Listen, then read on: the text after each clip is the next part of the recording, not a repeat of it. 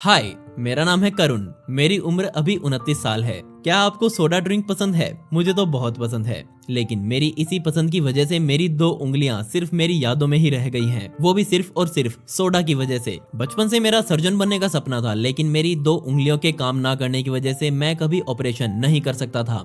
मेरे सपने का पूरा ना होने की शुरुआत मेरी ही नासमझी की वजह से हुई। इस सब की शुरुआत तब हुई थी जब मैं मेडिकल स्कूल जाता था। वहाँ की पढ़ाई बहुत ज्यादा हार्ड थी।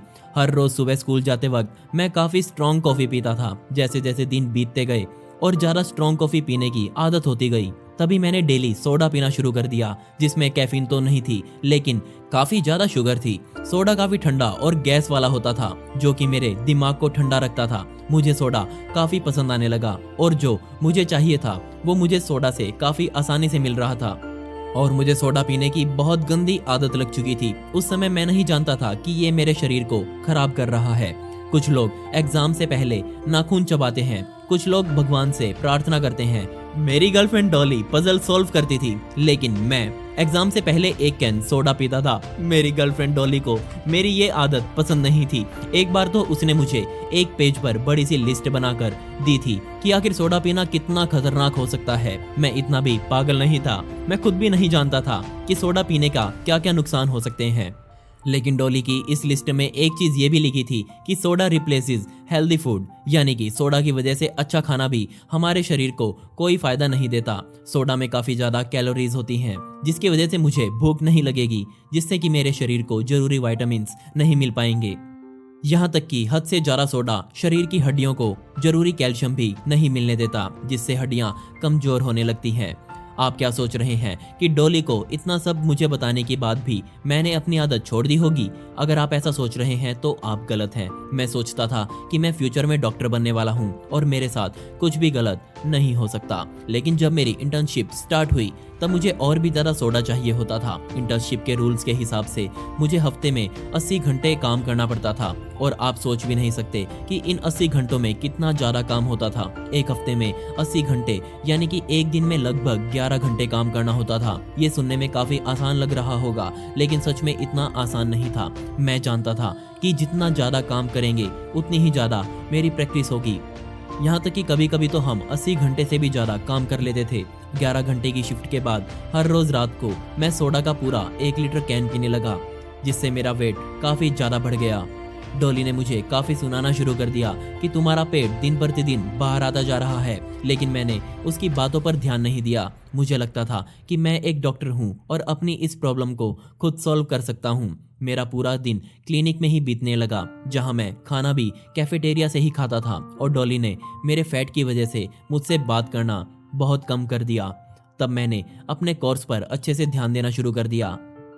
मैं अच्छे से पढ़ने लगा और सब कुछ अच्छे से याद भी करने लगा, लेकिन तब भी मैं सिर्फ सोडा के अलावा कुछ नहीं पीता था। मैं सोडा के कैन लेने स्टोर तक जाने में ही काफी थका थका महसूस करने लगा था। इसलिए मैंने सोचा कि क्यों ना क्लिनिक के कैफेटेरिया में ही सोडा मशीन रखवा दूं, जिसके लिए मुझे परमिशन की जरूरत थी। मैं क्लिनिक के सबसे अच्छे कार्डियक सर्जन मिस्टर रमेश के काफी करीब था। वो मुझे काफी अच्छे से पहचानते थे। मैंने उनके सामने खुद को बहुत अच्छा भी प्रूव कर लिया था। तभी उन्होंने एक बार मुझे उनके साथ ऑपरेशन करने के लिए इनवाइट किया। मैं हमारे इंटर्नशिप प्रोग्राम का सबसे पहला इंसान था जिसे इतनी जल्दी ऑपरेशन के लिए बुलाया गया था, और अच्छी बात तो ये थी कि वो ऑपरेशन सक्सेसफुली कंप्लीट भी हो गया था। मैं अपने करियर में काफी तेजी से आगे बढ़ रहा था। एक दिन काफी मुश्किल भरी शिफ्ट के बाद डॉक्टर रमेश ने मुझे एक बार में इनवाइट किया, जहां अक्सर काफी सारे डॉक्टर्स काम के बाद रिलैक्स करते थे। मैं वहां अपने साथ डॉली को भी लेकर गया, लेकिन वहां भी वो मुझसे काफी गुस्सा थी, क्योंकि वहां भी मैंने सोडा के अलावा कुछ नहीं पिया। उसी दिन से मैं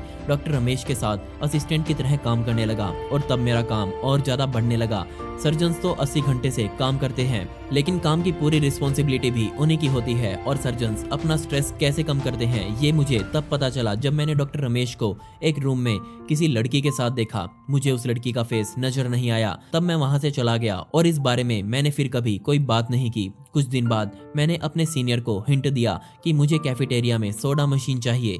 मैंने उनसे कहा कि सभी को काम का काफी स्ट्रेस होता है, इससे उनका स्ट्रेस थोड़ा कम हो जाएगा। अगले ही दिन हमारे कैफेटेरिया में सोडा वेंडिंग मशीन लग गई, और तब से मैंने बहुत ज़्यादा सोडा पीना शुरू कर दिया और यहीं से मेरे करियर के खत्म होने की शुरुआत हो चुकी थी। एक दिन डॉक्टर रमेश ने मुझे और डोली को एक आसान लेकिन लंबी सर्जरी करने को कहा। मैंने पूरी रात जागकर उसकी तैयारी की। मुझे लगा कि सोडा पीकर मैं अच्छे से तैयारी कर पाऊंगा, लेकिन सर्जरी के वक्त मुझे काफ़ी नींद आने लगी, जिस वजह से मुझसे एक गलती हो गई और पेशेंट की जान तक भी उस समय जा सकती थी।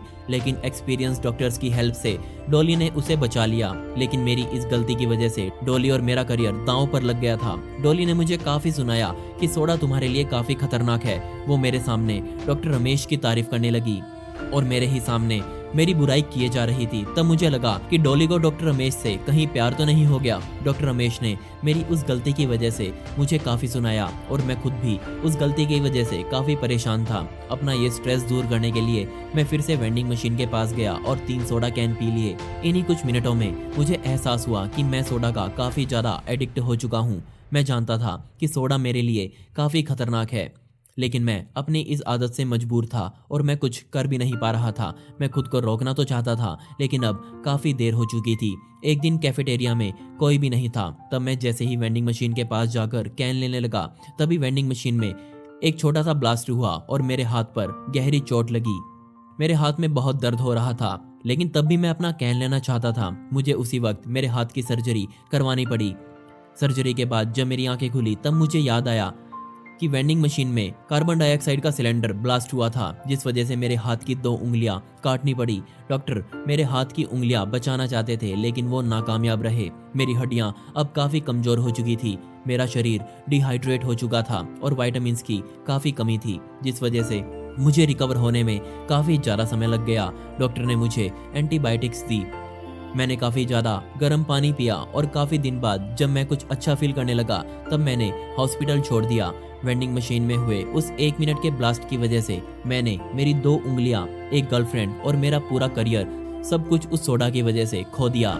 आप सोच रहे होंगे कि इतना सब कुछ होने के बाद तो मैंने सोडा पीना छोड़ दिया होगा, लेकिन मैंने बहुत कोशिश की। मैं अब भी अपनी इस आदत को नहीं छोड़ सका। मेरी बॉडी सोडा की अब बहुत ज़्यादा एडिक्ट हो चुकी है और यहाँ तक कि जब मैं ठीक होकर हॉस्पिटल से घर आ रहा था, तब भी मैंने पास ही के एक सुपरमार्केट से सोडा के कैन खरीद कर पी लिए थे। मेरी ये कहानी सुनने के लिए आपका बहुत बहुत धन्यवाद। और अगर आप लोग जानते हैं कि मैं अपनी इस आदत को कैसे छोड़ सकता हूँ, तो नीचे कमेंट सेक्शन में मुझे ज़रूर बताएं। और अगर आपको भी ऐसी ही कोई गलत आदत है जो कि आप जानते हैं कि वो आपके लिए गलत है, तो उसे छोड़ने की कोशिश ज़रूर करिएगा और अपनी बैड हैबिट्स कमेंट्स में मुझे ज़रूर बताएं। मुझे अपनी कहानी मेरे इंस्टाग्राम पर या फिर मेरी ईमेल पर भेज सकते हैं, जिनका लिंक आपको नीचे डिस्क्रिप्शन में मिल जाएगा।